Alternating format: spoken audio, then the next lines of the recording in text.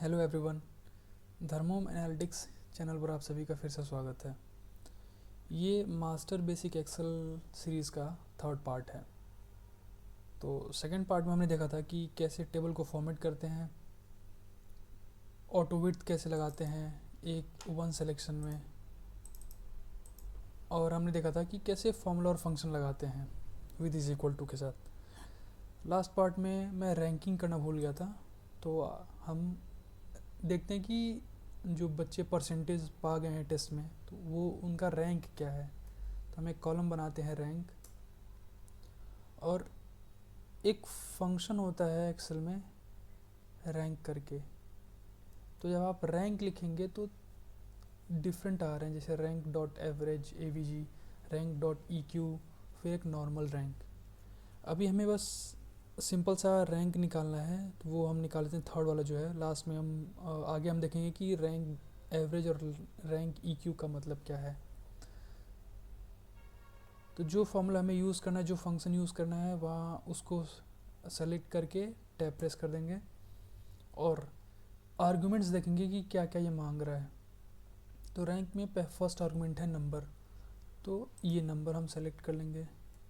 फिर रेफरेंस और ऑर्डर, मतलब किस रेंज में पूरे देखना है उसको, ठीक है। और सिंस जो हमारा ये रेंज है ये फिक्स रहेगा, ठीक है। फिक्स इन द सेंस कि जब हम फॉर्मूले को कॉपी या नीचे ड्रैग करेंगे तो हमारा ये वाला जो रेंज वाला पार्ट है ये चीज़ नहीं होना चाहिए। तो इसे हम कहते हैं एब्सोल्यूट रेफरेंस, और वो देने के लिए हम फंक्शन F4 प्रेस करते हैं, ब्रैकेट बंद करेंगे और एंटर। और अब हम इसे ड्रैग कर देंगे, ठीक है। तो जो 89% पाया है वो रैंक 1 है, जो 85 है वो रैंक 2 है, 73 एंड 66 जो है वो 4 है। अभी मैंने बात करी कि ये जो है हमने एब्सोल्यूट रेफरेंस किया है, तो मैं अभी आगे पार्ट में डिस्कस करूँगा कि रेफरेंस कितने टाइप के होते हैं, क्या क्या होते हैं और उन सब का यूज़ क्या है। अभी के लिए जान लेते हैं कि जब हम फॉर्मूले को ड्रैग करते हैं तो जो हमारी चीज़ें फिक्स रहती हैं, पूरे फॉर्मूले में वही चीज़ रहेंगी, तो उसे हम फिक्स करना पड़ता है। अगर नहीं करते हैं तो देखते हैं क्या होता है, क्या दिक्कत आएगी। इसे हम फिर से F4 से कई बार जब प्रेस करेंगे तो जो रेफरेंसिंग है वो हट जाएगी सेलेक्ट करके, ठीक है। अभी जब मैं ड्रैग करूँगा तब देखिएगा क्या आएगा। ऐसा क्यों? क्योंकि जब से हम ड्रैग किए जा रहे हैं तो हमारा जो रेफरेंस है वो एक पॉइंट शिफ्ट होता जा रहा है, ठीक है। इसीलिए इसको फिक्स करना होता है, ताकि जब हम फॉर्मूले को ड्रैग करें तो चेंज ना हो, ठीक है। कंट्रोल स्टार से सेलेक्ट करेंगे और यहाँ पर जो होम टैब में फॉन्ट ग्रुप में जो हमारा बॉटम बॉर्डर का कमांड है उसमें से हम सेलेक्ट कर लेंगे ऑल बॉर्डर का, सेव कर देंगे, ठीक है। फिर हम पूरे सीट को सेलेक्ट करेंगे और कॉलम को ऑटो विड्थ पर डाल देंगे। हमारा रैंकिंग भी हो गया ना। मैंने सेकेंड वीडियो में बोला था कि आगे मैं एक और टेबल बनाऊंगा जो और ऑटोमेटिक होगा, मतलब एक चीज़ एक दूसरे से काफ़ी चीज़ें लिंक्ड होंगी, ठीक है। और उसमें मैं आपको बताऊंगा कि रेफरेंसिंग कितने टाइप्स की होती हैं। रिलेटिव रेफरेंस होता है, एब्सोल्यूट रेफरेंस होता है, and third is mixed reference, ठीक है। तो मैंने एक टेबल स्टार्ट बनाया था सेकंड शीट पर, नेट इनकम। नेट इनकम ये एक टेबल हमारा है होगा नेट इनकम प्रोजेक्शन का, जिसमें इनकम एक रो है, एक्सपेंस एक रो है, नेट सेविंग एक रो है, ठीक है। अब हम मंथ, लेट सपोज 5 मंथ का हम एक फिगर टेबल बनाते हैं, जनवरी से स्टार्ट करते हैं। अब देखिए, मैंने आपको जब फर्स्ट वीडियो में पढ़ा रहा था कि टाइप्स ऑफ कर्सर कितने टाइप के होते हैं, सेलेक्शन, मूव, और थर्ड जो था फिल हैंडल। तो जब मैंने जनवरी लिखा है तो यहाँ पे जो फिल हैंडल आता है उसे मैं ड्रैग करूँगा, जब माउस का लेफ़्ट बटन होल्ड करके, तो मैं जहाँ तक चाहूँगा ड्रैग कर दूँगा। मुझे मई तक चाहिए, लेट सपोज मैंने वहाँ तक कर लिया। अब यहाँ पे जो ऑटोफिल के ऑप्शंस आ रहे हैं, इस पर जब मैं क्लिक करूँगा तो कई सारे ऑप्शंस आते हैं, कॉपी सेल्स का, fill series, fill formatting only, fill without formatting and fill months. तो या तो आप सीरीज सेलेक्ट कर लें या फिर फिल मंथ्स करेंगे, ठीक है। आप अगर कोई डे लिखते हैं, लेट्स सपोज मंडे, तो एक्सेल इतना स्मार्ट है, वो चीज़ें डिटेक्ट कर ले। जब मैं इसे ड्रैग करूँगा तो देखिए उस वाले में फिल मंथ्स आ रहा था, इसमें फिल डेज आ रहा है, फिल सीरीज आ रहा है, ठीक है। तो इस यही काफ़ी यूज़फुल होता है, आपको बार बार लिखना ना पड़े। तो मंथ्स हो गया, हमें इस पार्ट को सेलेक्ट करके बॉर्डर करना है। तो जो हाँ मैंने डेटा कहीं लिखा हुआ है, किसी एक पर एक्टिव सेल बनाऊंगा, फिर कंट्रोल स्टार से सेलेक्ट करके ऑल बॉर्डर। सिमिलरली मुझे इस सेलेक्ट करके ऑल बॉर्डर। अब मुझे बोल्ड करना है जितना रिटन पार्ट है, इतना सेलेक्ट किया, माउस का कंट्रोल बटन प्रेस करके होल्ड किया हूँ, ये पार्ट सेलेक्ट कर लिया, ये पार्ट सेलेक्ट कर लिया।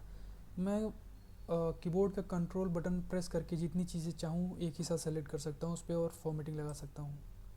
ये है, एंड लेट्स सपोज ये, इसका थोड़ा अलग कर देते हैं, येलो, ठीक है। मैं जूम कर लेता हूँ कीबोर्ड का कंट्रोल बटन प्रेस करके और माउस का रोलर बटन फॉरवर्ड रोल करके। नाउ हम यहाँ से स्टार्ट करेंगे कि हमारी जो स्टार्टिंग इनकम है, लेट्स सपोज 25,000 है, और जो हमारा मंथली इंक्रीमेंट हो रहा है वो हो रहा है 10%। हम एक रफ डेटा ले रहे हैं, ठीक है। तो 10% इंक्रीमेंट हो रहा है, मतलब अगर 100% कोई एक डेटा है उसमें से 10% इंक्रीज़ हो रहा है तो 110% हो जाएगा। और 110% को नॉर्मल फिगर लिखने में क्या कैसे लिखेंगे, नंबर में 1.10, ठीक है। और जो हमारा इनकम है उसमें से 40% हमारा एक्सपेंस हो रहा है, 40% मतलब 0.40, ठीक है। अब तो जो हमारा स्टार्टिंग इनकम है वो जनवरी में था, तो जनवरी में करने के लिए डायरेक्ट हम लिखेंगे नहीं, हम बस इन तीन डेटा से पूरा ये टेबल बनाएंगे और उस चीज़ को ऑटोमेट करेंगे। हमारा मंथली, जनवरी में मंथली इनकम था, starting income is equal to starting income column को सेलेक्ट कर लेंगे, कंट्रोल प्लस एंटर प्रेस करेंगे, तो यहाँ जो डेटा होगा वहाँ पे चेंज होगा। लेट सपोज यहाँ मैं चेंज करता हूँ 20,000 करता हूँ, तो वहाँ पे 20,000 हो जाएगा। अब फरवरी में मेरा जो इनकम है वो 10% इंक्रीज़ कर गया जनवरी में, वो कैसे होगा, इज इक्वल टू जो मेरा जनवरी में था इनटू जितना मेरा इंक्रीमेंट हुआ है। तो जनवरी में 20,000 था, जब 10% इंक्रीज़ हुआ तो 10% ऑफ 20,000 इज़ 2,000, तो 20,000 पहले था, 2,000 इंक्रीज़ हुआ तो टोटल हो गया 22,000, ठीक है। अब मैं यही चीज़ ड्रैग करना चाहता हूँ ताकि सेम चीज़ें अप्लाई हो जाए पूरे फॉर्मूले में, लेकिन हमें कुछ एरर मिलेगा। एरर क्यों मिलेगा, यहाँ आता है रेफरेंस का क्वेश्चन। तो अभी मैंने जो यहाँ पे रेफरेंस लगाया है, ठीक है, B8 का, तो जब मैं राइट साइड ड्रैग कर रहा हूँ, अभी मैंने राइट साइड ड्रैग किया है, तो जो मेरा ये रेफरेंस है B8, ये भी राइट साइड शिफ्ट हो जाएगा। कैसे, यहाँ पे क्लिक करके देख लेते हैं। देखिए इस वाले में था B8, इस वाले में क्या हो गया, C8 हो गया, मतलब कॉलम चेंज होता जा रहा है। इसमें D8, इसमें E8। हमें B8 को फिक्स रखना है, क्यों, क्योंकि हमारा हर मंथ 10% ही इंक्रीज़ हो रहा है, बाकी कुछ चेंज नहीं हो रहा था। इसे फिक्स करने के लिए फंक्शन का F4 बटन प्रेस करेंगे, ठीक है। अब कंट्रोल प्लस एंटर प्रेस करते हैं। अगर अब मैं ड्रैग करूं तो मेरा करेक्ट डेटा आएगा, ठीक है। चेक कर लेते हैं, डबल क्लिक करेंगे, जो मेरा परसेंटेज था वो B8 वाला कॉलम ही है, इस केस में भी वही है और इस केस में भी वही है। यहाँ तक समझ में आएगा। तो इसे हम कहते हैं एब्सोल्यूट रेफरेंस।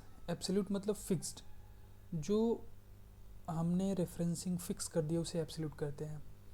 और जो सेकेंड टाइप का होता है वो है रिलेटिव रेफरेंस। ठीक है, रिलेटिव रेफरेंस वो होता है कि जैसे लेट सपोज फेब में 10% हुआ, मार्च में 20% हुआ, अप्रैल में 30% हुआ और मई में 40% हुआ इंक्रीज। ठीक है, और अब मैं डेटा निकालता हूँ, इसे डिलीट करता हूँ एक बार और यहाँ करता हूँ is equal to 20,000 multiplied by 10%, जो हमारा वो था 110%, कंट्रोल प्लस एंटर। अब मैं ड्रैग करूँगा तो जो रेफरेंस था हमने परसेंटेज इंक्रीज कर लिया था ये था, साथ साथ में ये भी इंक्रीज़ हो रहा है। जो कैसे चेक कर लेते हैं, यहाँ पे C5 है, यहाँ पे D5 हो गया, E5 और F5। इसे हम कहते हैं रिलेटिव रेफरेंस। रिलेटिव क्यों कहते हैं, क्योंकि जैसे हम अपने सेल को फॉर्मूले को कॉपी कर रहे हैं, राइट साइड मूव कर रहे हैं, सेम उसी तरह से जो हमारा रेफरेंस सेल है, ये वाला सेल था जो रेफरेंस पहले में हमारा ये सेल था, तो रेफरेंस सेल भी उसी रिलेटिव में मूव कर रहा है। हमने राइट साइड मूव किया है तो ये भी राइट साइड मूव कर रहा है, इसे हम कहते हैं रिलेटिव रेफरेंस। और जो हमने पहले किया था, मैं इसे कंट्रोल प्लस जेड से अनडू कर देता हूँ। ठीक है, ये जो हमने किया है कि हमने फिक्स कर दिया है, इसे हम कहते हैं एब्सोल्यूट रेफरेंसिंग। ठीक है, अब हम अपना एक्सपेंस निकाल देते हैं। खर्चा कितना हुआ है, खर्चा हुआ है 40%। 40% ऑफ किसका, इनकम का। तो इज इक्वल टू 40% ऑफ मतलब into 20,000, control plus enter. Similarly अगर मैं ड्रैग करूं तो मुझे एरर मिलेगा, क्यों, क्योंकि मैंने फिक्स नहीं किया है। तो फिक्स कर देते हैं। और ये भी देखना है कि आप फिक्स किसको कर रहे हैं। मैं B9 को नहीं कर रहा हूँ, B9 ये वाला 20 इनकम को नहीं, क्योंकि मेरा इनकम तो चेंज ही हो रहा है। मेरा जो एक्सपेंस है वो फिक्स्ड है 40%, तो मैं B2 को सॉरी यस मैं B9 को ही फिक्स करूँगा। ठीक है, क्योंकि B9 ये है 40% और B2 मेरा है 20,000। तो मुझे इनकम को नहीं, एक्सपेंस परसेंटेज को फिक्स करना है। तो मैं B9 के बाद जो मेरा ब्लिंक कर रहा है वहाँ पे लेकर जाऊँगा और F4 प्रेस कर दूँगा, कंट्रोल प्लस एंटर। अब मैं ड्रैग करूँगा तो मेरा आ जाएगा। तो 40% ऑफ 20,000 इज़ 8,000, 40% ऑफ 22,000 इज़ 8,800। ऐसे ऐसे सभी का 40% निकल गया। नाउ 20,000 मेरा इनकम है, 8,000 मेरा एक्सपेंस है, खर्चा है, तो मेरे पास नेट सेविंग कितना बचा कितना। तो ये निकालने के दो तरीके हैं। पहला ये है कि आप जो आपका इनकम है उसमें से एक्सपेंस को माइनस कर दीजिए, और दूसरा ये है कि अगर आपका 40% एक्सपेंस हो रहा है तो ऑफकोर्स 60% आपका सेविंग है। तो आप 0.6 से मल्टीप्लाई करके 0.6 मीन 60% ऑफ 20,000 निकालेंगे सभी में, तो सभी का निकल जाएगा। तो सिंपली माइनस करते हैं हम यहाँ 20,000 माइनस ये। अब मुझे यहाँ कोई चीज़ फिक्स नहीं करनी है। ठीक है, क्यों, क्योंकि मेरा इनकम भी चेंज हो रहा है जैसे मैं मूव कर रहा हूँ रिलेटिव, और मेरा एक्सपेंस भी चेंज हो रहा है। इसलिए मैं जब सिंपली ड्रैग करूँगा तो ये मेरा एग्जैक्ट आंसर देगा। एक बार चेक कर लेते हैं, किसी भी सेल में डबल क्लिक करेंगे तो C2 minus C3, D2 minus D3, E2 minus E3। जब मैं डबल क्लिक कर रहा हूँ, इसको अगर मैं कहीं क्लिक करता हूँ तो मेरा फॉर्मूला हो सकता है कभी कभी चेंज हो जाए। ठीक है, बेटर ये होता है कि आप स्केप बटन प्रेस करके बाहर आ जाएं। ठीक है, तो मेरा इनकम हो गया, एक्सपेंस हो गया, नेट सेविंग हो गया। अगर मैं यहाँ पे चेंज करता हूँ, लेट सपोज गलती से मेरा 20,000 नहीं था, मेरा 30,000 इनकम है। देखिए मैंने एक डेटा चेंज किया, पूरा टेबल ही चेंज हो गया। तो ये है ऑटोमेट पूरे एक्सेल को ऑटोमेट करने का फ़ायदा, कि आप आपने कहीं एक डेटा चेंज किया है तो वो पूरे टेबल को इफ़ेक्ट कर रहा है। लेट सपोज आपका इंक्रीमेंट जो है 20% हो रहा है तो 1.20 हो जाएगा। आपका एक्सपेंस जो है, आपका इनकम बढ़ा तो लेट सपोज आपका एक्सपेंस है, या फिर कहीं आपका वर्क फ्रॉम होम चल रहा है तो आपका एक्सपेंस कम हो गया, लेट सपोज 35% ही चल रहा है केवल, आपका नेट सेविंग बढ़ जाएगा। ठीक है, आपको रेफरेंसिंग भी समझ में आ गई कि पहला था एब्सोल्यूट जो हमने फिक्स किया था एक्सपेंस के केस में, कि जो मेरा एक्सपेंस है वो केवल 35% फिक्स है, ये B9 वाला। ठीक है, और इस केस में भी जो इंक्रीमेंट था वो भी फिक्स था। ठीक है, जो थर्ड टाइप का रेफरेंसिंग है उसे हम कहते हैं मिक्स्ड रेफरेंसिंग। उस केस में एक रो फिक्स होती है या कॉलम फिक्स होती है, दोनों में से कोई एक ही फिक्स होता है। मतलब कॉलम फिक्स रहेगा तो रो वेरी करेगा, या रो फिक्स रहेगा तो कॉलम वेरी करेगा। उसे समझने के लिए हम एक तीसरा एग्जांपल लेते हैं, मैंने तीसरे सीट पे वो बनाया है। तो लेट सपोज एक कुछ प्रोडक्ट्स हैं हमारे, लेट सपोज एक एक प्रोडक्ट है, ठीक है, 5 यूनिट है, 8 यूनिट है, 10 यूनिट है और 12 यूनिट है, और उनकी प्राइसिंग दो अलग अलग है। एक स्टैंडर्ड प्राइस है 5 रुपये पर यूनिट, और जो प्रीमियम प्राइस है वो 10 रुपये पर यूनिट। ठीक है, अब हम कैलकुलेट करेंगे कि टोटल क्या होगा 5 यूनिट का 5 रुपये पर यूनिट से कितना होगा। सिंपली मल्टीप्लाई होगा, हम जानते हैं, लेकिन मिक्स डिफरेंसिंग के थ्रू कैसे करेंगे हम वो देखते हैं। इज इक्वल टू, हम यूनिट को सेलेक्ट करेंगे। तो इस केस में क्या है कि जो हमारा यूनिट है, कितने नंबर ऑफ़ यूनिट्स हैं, वो हमारा कॉलम ए में है। तो हम चाहते हैं कि कॉलम ए फिक्स रहे, क्योंकि वो नहीं चेंज हो रहा, बस हमारे रो चेंज हो रहे हैं। तो कॉलम ए को फिक्स करने के लिए हम फंक्शन F4 प्रेस करेंगे जब तक ए के सामने केवल डॉलर ना आ जाए। ठीक है, मल्टीप्लाइड बाई कितना प्राइस है 5 किस वाले रो में है, फर्स्ट रो में। तो हम चाहते हैं कि फर्स्ट रो को फिक्स कर दूं, तो मैं F4 तब तक प्रेस करूँगा, प्रेस करता रहूँगा जब तक रो में 1 के सामने डॉलर ना आ जाए। ठीक है, अब मैं एंटर प्रेस कर दूँगा तो 5 टाइम्स ऑफ 5 25 आ गया। अगर अब मैं इसको ड्रैग करता हूँ, ठीक है, तो जो मेरा कॉलम ए है वो फिक्स रहेगा, बस केवल रो चेंज होगा। ड्रैग करता हूँ, ठीक है, A3 ए फिक्स है, 1 फिक्स है। अब इसको फिक्स करने का फ़ायदा ये रहा कि अगर मैं फॉर्मूले को राइट साइड ड्रैग करता हूँ तो मुझे एरर नहीं मिलेगा। राइट साइड जब मैं ड्रैग करता हूँ तो जो चीज़ें फिक्स हैं, जैसे कॉलम ए फिक्स था, वो राइट साइड मतलब कॉलम बी नहीं होगा, ये वाला बी नहीं होगा, वो ए ही रहेगा। और इस केस में हमने रो को फिक्स किया था 1 को, तो 1 भी फिक्स सेम रहेगा। बस अगर मैं फॉर्मूले को राइट साइड शिफ्ट करता हूँ तो कॉलम उस केस में चेंज होगा, मतलब बी से सी हो जाएगा। मैं इसे ड्रैग करता हूँ, तब देखिए क्या हो गया।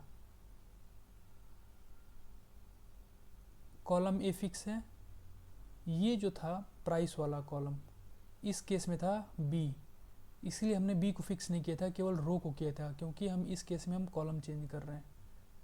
ठीक है, अब इसे हम ड्रैग कर देंगे, तो कहीं चेक कर लीजिए। ठीक है, तो मिक्स्ड रेफरेंस ये होता है कि आपको बस एक सेल में फॉर्मूला लगाना है और प्रॉपर मिक्स्ड रेफरेंस के थ्रू एक सेट कर देना, उसके बाद आप पूरे फॉर्मूले को ड्रैग कर दीजिए। आप राइट से पूरे एक साथ कर लीजिए या कहीं से, मैं इसे सपोर्ट डिलीट कर देता हूँ। अब देखिए, मैं पहले राइट को लाता हूँ, ठीक है, अब मैं पूरा कॉपी कर लेता हूँ। अगर ये बड़ा भी रहता ना तो आप जितना चाहते हैं सब कॉपी कर लेते, सब एक साथ हो जाता, कोई दिक्कत नहीं होती। ठीक है, आई होप ये पार्ट आपको रेफरेंसिंग का समझ में आया होगा। और अगर आपको इस वीडियो में कुछ भी सीखने को मिला है तो प्लीज़ वीडियो को लाइक करिए और चैनल को सब्सक्राइब कीजिए। मैं ऐसे ही हर एक वीडियो में एक पर्टिकुलर टॉपिक को एक्सप्लेन करूँगा प्रॉपर, और आप अपना फीडबैक प्लीज़ दीजिए कि मैं एक्सप्लेन कैसे कर पाया हूँ, और कोई डाउट हो तो वो भी पूछ लीजिए उसी में। Thank you for watching this video.